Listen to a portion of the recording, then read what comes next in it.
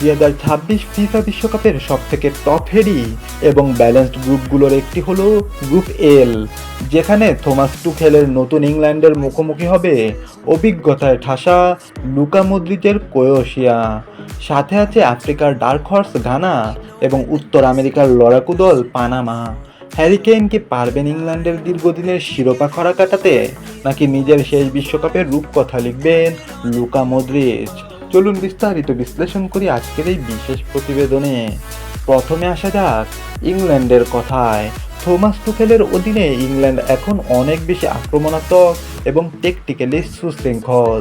Harry কেইনের গোল করার ক্ষমতা আর বেলিংহাম ফোডেনদের মাঝমাঠের আধিপত্য তাদের এই গ্রুপের ফেভারিট করে তুলেছে।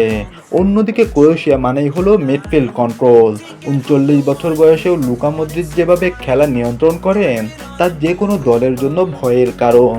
বিশ্বকাপে সবসময় নিজেদের সামর্থ্যের চেয়ে বেশি পারফর্ম করা ক্রোয়েশিয়া এবারও ইংল্যান্ডের গ্রুপ চ্যাম্পিয়ন হওয়ার পথে সব থেকে বড় বাধা।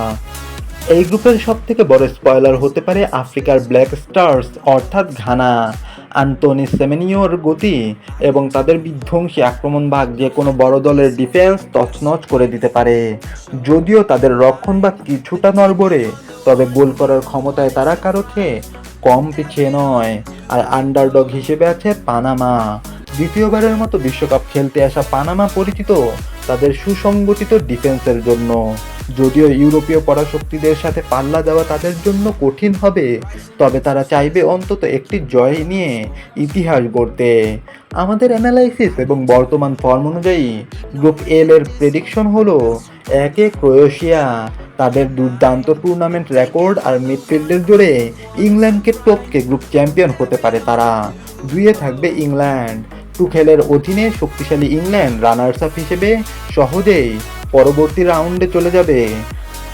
তিনে থাকবে ঘানা, 3 নম্বরে থাকলেও তাদের পয়েন্ট এবং গোল ব্যবধান তাদের সেরা তৃতীয় দল হিসেবে নকআউটে নিয়ে যাওয়ার জন্য যথেষ্ট হতে পারে। চারে থাকবে পানামা, সম্ভবত গ্রুপ পর্ব থেকেই তাদের বিদায় নিতে হবে, তবে তারা লড়াকু ফুটবল উপহার দেবে।